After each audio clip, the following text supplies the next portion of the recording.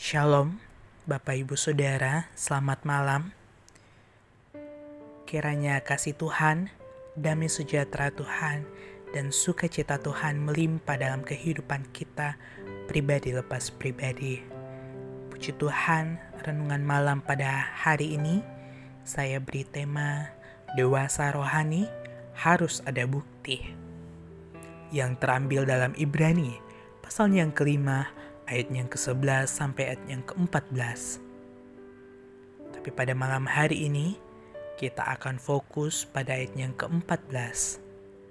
Firman Tuhan, orang-orang dewasa yang karena mempunyai panca indera yang terlatih untuk membedakan yang baik daripada yang jahat.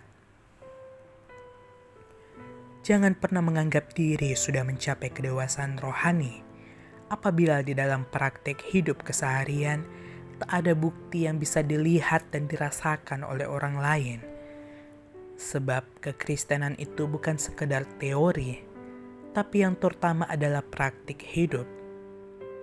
Bukti nyata dari seorang yang dewasa rohani adalah hidupnya benar-benar sudah berubah.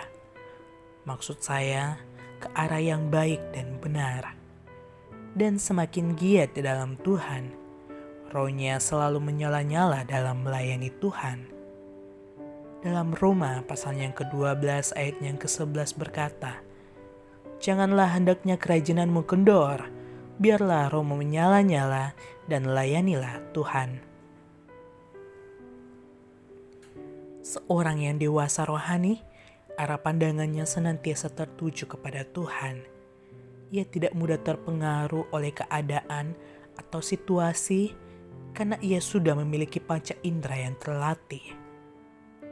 Apapun yang terjadi dalam hidupnya, ia mampu melihatnya dari kacamata iman.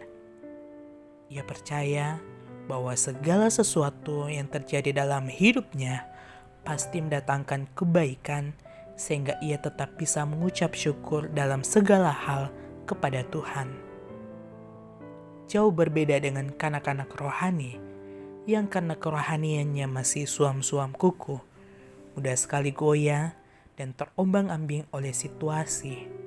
Percaya kepada Kristus, tapi masih hidup dalam ketakutan dan kekhawatiran karena arah pandangannya hanya tertuju kepada yang kasat mata.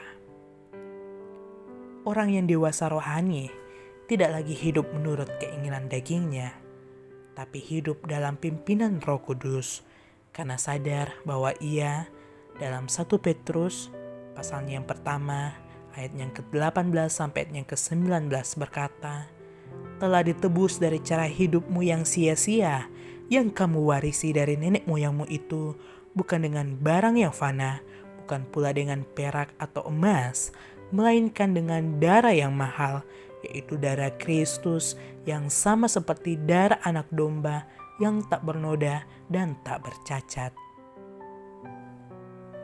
Hal ini juga ditegaskan oleh Rasul Paulus dalam Galatia pasalnya yang kelima ayat yang ke-24. "Barang siapa menjadi milik Kristus Yesus, ia telah menyalibkan daging dengan segala hawa nafsu dan keinginannya." Dan seorang yang dewasa rohani adalah seorang yang hidupnya pasti berbuah. Ada buah roh yang dihasilkan. Galatia pasalnya yang kelima, ayat yang ke-22 sampai ayat yang ke-23. Sehingga hidupnya menjadi kesaksian bagi banyak orang. Sebagai kesimpulan, bagaimana dengan saudara? Seorang yang dewasa rohani atau masih kanak-kanak rohani? Sekarang pilihan itu ada di tangan saudara. Maukah saudara menjadi dewasa rohani atau tetap menjadi kanak-kanak rohani? Puji Tuhan, renungan firman Tuhan pada malam hari ini sampai di sini. Tuhan Yesus memberkati kita semua.